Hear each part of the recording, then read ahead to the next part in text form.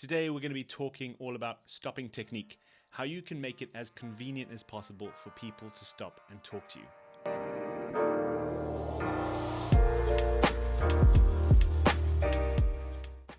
Hey, what's up guys? Jules here and welcome to this episode.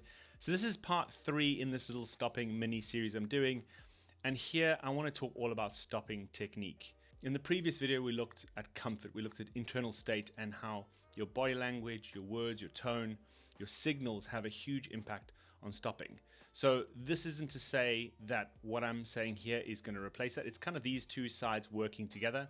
If you have a good internal state and then you're actually applying good technique in your stopping, you're going to be more effective at getting the conversations and ultimately be more successful.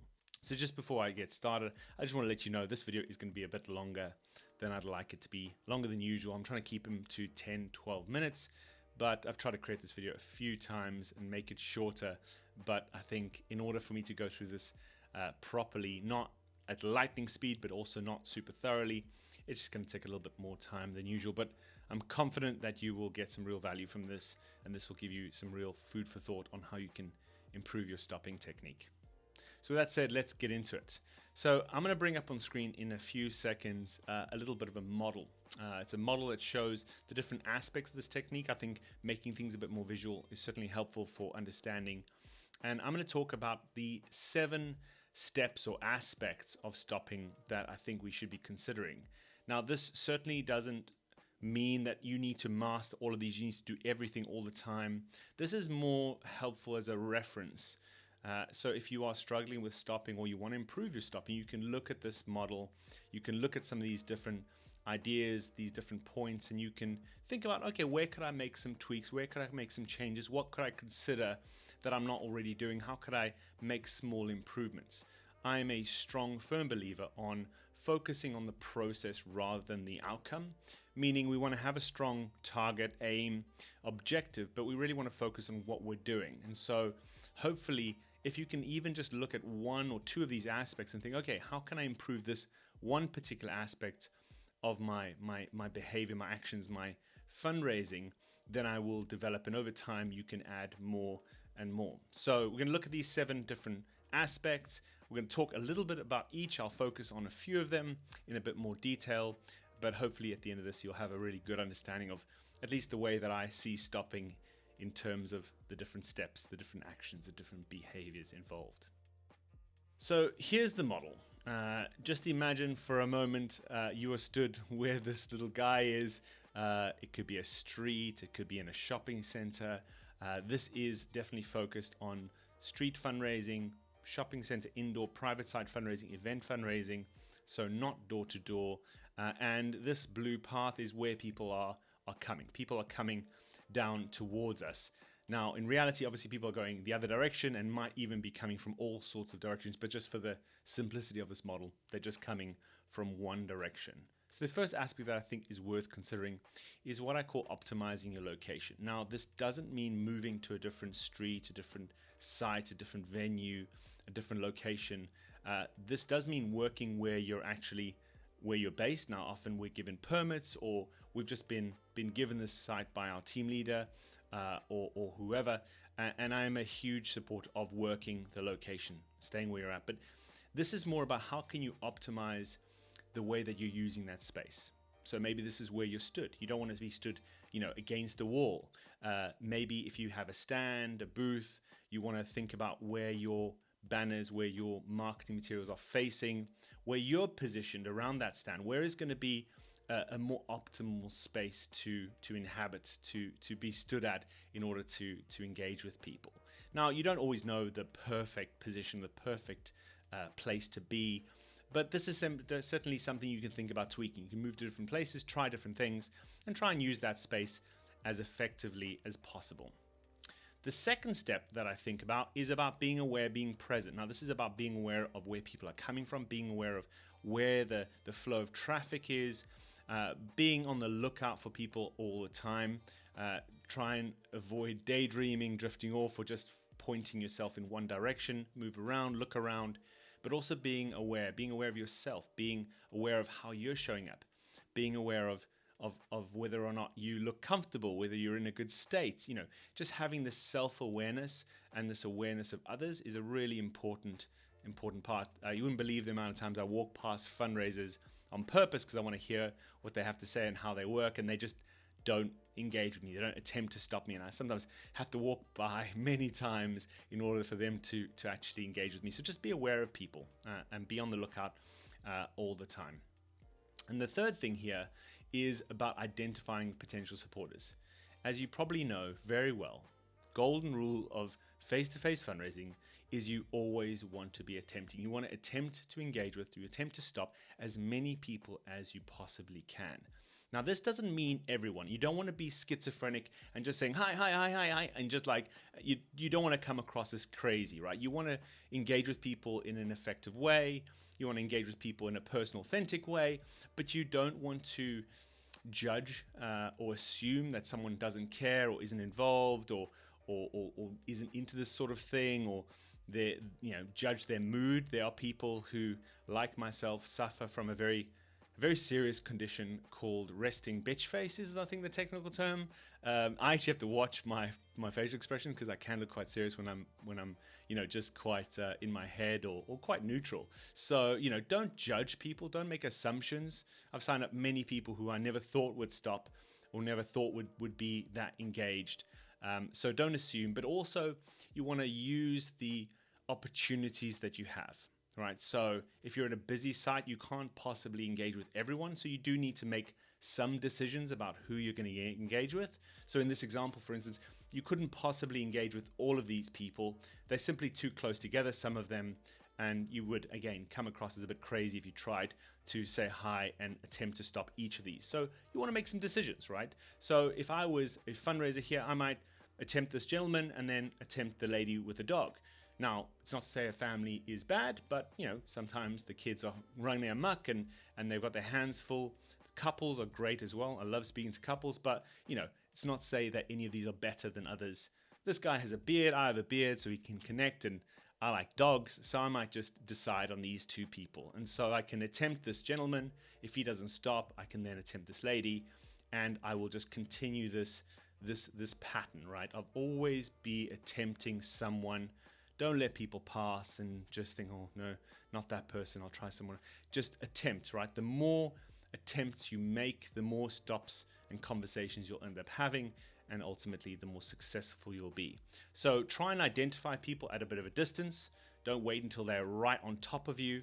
Try and see people at a distance and be as effective as possible at engaging with as many people as possible. And I know this is relentless, right? You're engaging with loads of people, detached from the outcome. Don't be bothered, or try and not be bothered by people not stopping. This is just the way that this job is, and people are not rejecting you. They just, for whatever reason, don't want to talk to a fundraiser, and that's totally cool. So these are the first 3 steps. If we look at actual sort of good stopping practice, it starts at step 4. So this is about connecting non-verbally at a distance. Now, this is not always possible. So it's not like you can do this every single time, depending on how many people are there, how busy the site is.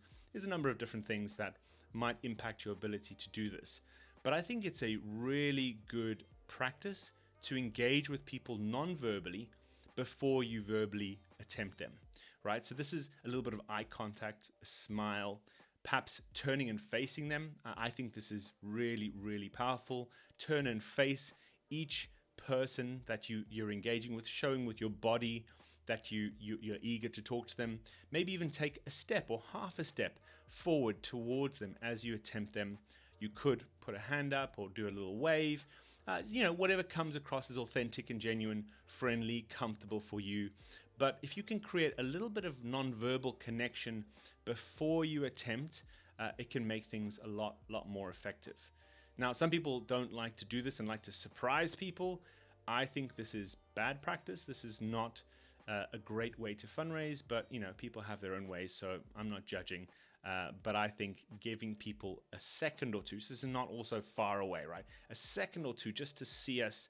They can see our visual cues. They can see how chilled, relaxed, what our good vibes are like, how friendly we are. They can get a little bit of a look at who we are, like who what are we doing? Why are we looking at them? And if you can do this just 2 or 3 seconds before you verbally engage someone, it can really help create some really powerful and effective conversations. The next step along is when we're actually verbally engaging the person, when we're actually attempting to ask them to stop. Now, obviously, really important here to be confident, to be positive. Other things you can do, take again a step towards them as you verbally engage them. Show them with your body language that you want to talk to them, that you desire to talk to them. This is also when you're going to be speaking. So make sure whatever you say, it's confident, it's assertive. You have a sense of expectation in your voice. These things are all going to make a big impact. It's not as important what you say, although there are some things you can say that are more effective perhaps than others. But that really depends on the person, on the cause, on the environment, on the culture of where you live. In my previous video, I told you about a technique I use. So if you want to check that out, check the previous part in the stopping series. But yeah, you want to verbally engage people as they're coming towards you. So you can see this little dotted line on the screen there, right? Like from right in front of me, I imagine this imaginary line. Now this is what I call the threshold. And so I always encourage people to watch this threshold. This is the point at which people who were coming towards you are now walking away from you, right? So they're coming towards you and they pass that line and then they start to walk away. Now it's always going to be easier to stop people who are coming towards you. Once people pass this threshold, it gets exponentially less likely that they'll stop. It gets easier for them just to keep walking. It's like, okay, I'm past. Next time, see you later. Another day. Sorry, not today. You know, it really does make a huge difference. So if you can be a bit proactive in your attempts and try and get your whole verbal engagement, your verbal attempt out before this person starts walking away from you, you are going to see a marked improvement in your stopping outcomes. I think if you are waiting too late to verbally engage and people are walking away as you're still asking if they want to stop and talk, you're going to have a huge impact. You're going to see a significant impact of that in the negative sense. So, you know, really focus on trying to verbally attempt people before they start walking away from you. And this is also why it can be really helpful to have that nonverbal connection. If you've got a little bit of nonverbal connection, 2-3 seconds, and then you're verbally engaging, and then hopefully you're giving them a nice, confident, assertive, relaxed, and comfortable verbal attempt, verbal pitch, verbal greeting. That's certainly going to help a lot. And I'll talk more about some of the things you can say and ways you can do this in other videos. But yeah, that's what it's around, right? You want to verbally engage people at this point here. So then you want to hopefully get them to stop and engage when they're in front of you, right? Again, you know, that they're not walking away, they're not past you. And this is, again, a point at which you can take a little bit of a movement towards them. Depends on the culture and your environment and your regulations, but maybe you could put a hand out for a handshake. In some places you can do that. I know in some places you can't, but you know, you want to move into that conversation. Some of the things you can do here as well, and it kind of goes into your attempt as well, is kind of starting a conversation rather than asking for one. So rather than asking people if they want to stop and talk or find out more, you can just say, hey, how's it going? What are you up to? Depending on the venue. If it's at a venue, I might use some sort of situational stopping verbal attempt. You know, I was at a camping and caravan show not that long ago. And so I would ask people, hey, are you a camper or a caravaner? And then they would say, oh, I'm a caravan. I just got the car, you know, and then they would want to talk about it. So I just sort of started. Or as I was working at a nature reserve, and I was like, oh, did you see anything great on your walk today? And people would come over and tell me. So you can also just start a conversation rather than actually asking people if they want to get into a conversation. But again, your body language, your tone of voice, your approach, these are all going to have an impact here. And ideally, you want them to stop in front of you and not as they're walking away. This is the ideal situation.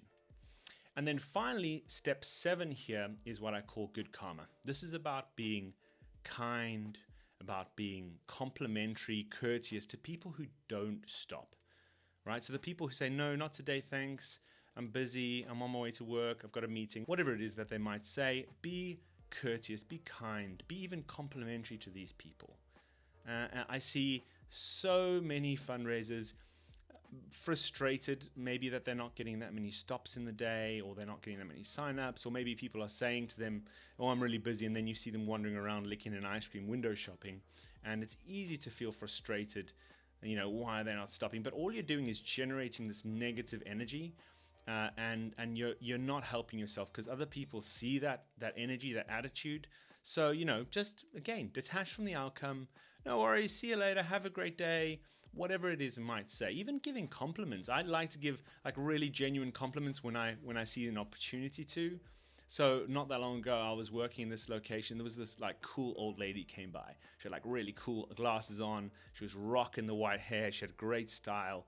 And she said, oh no, sorry, I can't stop today, love. Whatever she said. And I just said, that's totally fine, ma'am.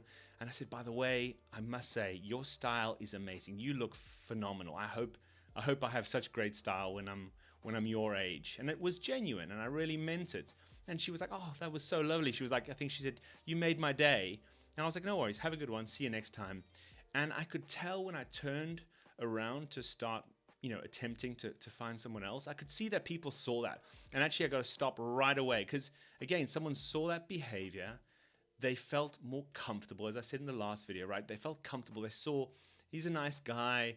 That was very cool. They felt safe and comfortable talking to me. So actually, you're displaying to others around you that are, to be fair, quite aware of your presence, probably, that you're comfortable to talk to, that you're non-threatening, but also just generates good energy. Like, just try and get into the habit of always giving good vibes, even for people who don't stop and talk to you. It's a great opportunity to generate positive energy, to have a good impression on the organization, and perhaps even get these people to stop when they come by later on in the day or another time. So, give that good karma. It's a really, really helpful thing to do, if for nobody else but yourself. So these are the 7 parts, 7 steps, 7 aspects or best practices that I see in stopping. So I'll just bring them all up here so we can see them. So optimize your location, not about moving, but just about how you can make your positioning even better. Be aware, be present of yourself, of others, identify donors, and attempt as many people as possible. Try and connect non-verbally. I would say try this out. I think it works really effectively. Getting a few seconds of connection before you verbally engage. Verbally attempt before people cross that threshold and start walking away. Try and stop engage people in front of you. Again, you can walk into that, step into it a little bit, display that expectation in your body language, in your tone, and then remember to give good vibes, good karma to everyone, including people who don't stop and talk to you. So these are my 7 steps to good stopping practice.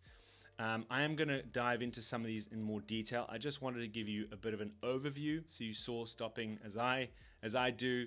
And then in each of these, there's a number of different practices, techniques, and ways of approaching them that really help. Certainly, we can go deeper into this model, but for this video, hopefully that's enough. If there is something specific in here that you wanted to know more about, you want me to dive deeper into, please do ask me in the comments below. If you found this helpful, I would encourage you to share it with other fundraising friends, to subscribe to my channel so you can get more of my content. As I said previously, I'm going to be trying to create videos at least once a week to share, the content, the stuff that I would have loved to have been able to watch when I was fundraising, full time. And so, yeah, I hope you found this helpful, interesting, inspiring, and until next time, stay inspired and keep fundraising.